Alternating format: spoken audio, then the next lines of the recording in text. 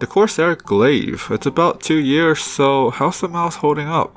I'm Real Gion, and welcome to the channel.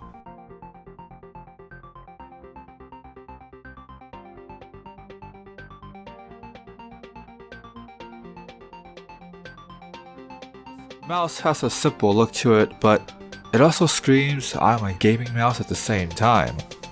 There are 2 light bars and logos which are RGB, but the sad thing here is that the DPI indicators are stuck at blue. For me it's great because I like blue, but not everybody likes blue, so I think a software update can change unless the LED is stuck at blue and you're screwed. On the left side of the mouse are detachable side blades. I like this extended one because it gives my thumb place to rest. It doesn't look the best, but you can always swap them out for something else. The scroll wheel is the typical rubber wheel which has a good tactile feel when scrolling. The thing that I like about this wheel is that it does not slip. Like when you scroll, you feel the tactile detents and it actually records the scroll. It's kind of hard to describe this because if you have those like really cheap office mouse that slips scroll, then you might know what I'm talking about. There are 2 macro buttons on the side, which is handy if you want to macro something for a quick use. I do miss the sniper button from the M65, but I'd much rather have this larger size than the sniper button. That's what she said. The DPI switcher is in the middle, which is a convenient place because I very much often use it. The main selling point of this mouse for me is how comfortable the mouse is when I hold it. I'm a palm grip kind of guy. I have larger hands, so it's harder for me to find a mouse that I'm really comfortable with. For people that are claw grip, and if you happen to have smaller hands, stay the hell away from this mouse because you're probably gonna have a bad time. If you have smaller hand and your palm grip, I would say give this mouse a try before you buy. I remember feeling out this mouse at the local Best Buy when it first came out. At that point, I knew I have to have it.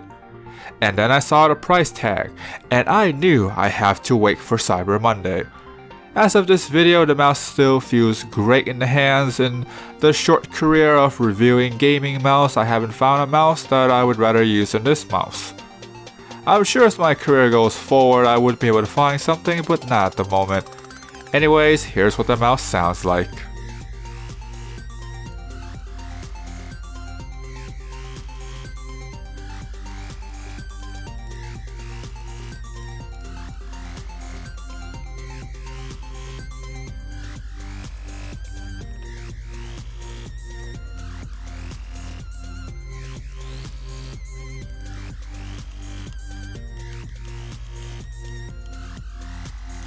The back of the mouse has 4 rubber pads and it does a good job of keeping the mouse smooth on surfaces like my table.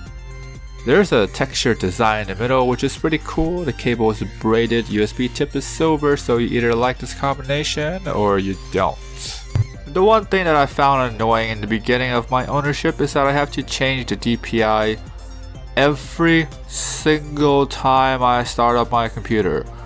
Now I pretty much gotten used to it, but it's small things like this that if it does annoy you, hopefully there is a software patch. If not, then you're gonna have to hashtag deal with it. Besides that, the software is pretty user friendly. Personally, I tend to just set the color to blue and call it a day. I don't use the macro buttons because I don't really need to, but if you do, then it's a nice feature to have. For the most part, the software works. It occasionally crashes, but that's pretty much it. It's not a big deal, you can just turn the software back on. If you hate having software attached to your input device, this is probably not the mouse for you.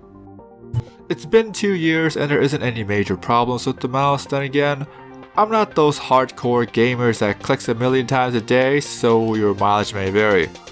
I'm very happy with the mouse and honestly, I don't think I'll trade it up for anything anytime soon. Price is much lower now, so because it is pretty old, so if you want to learn more about the mouse, I'll put a link in the description down below. Anyways, thanks for watching, click subscribe, bell for more content. You stay awesome.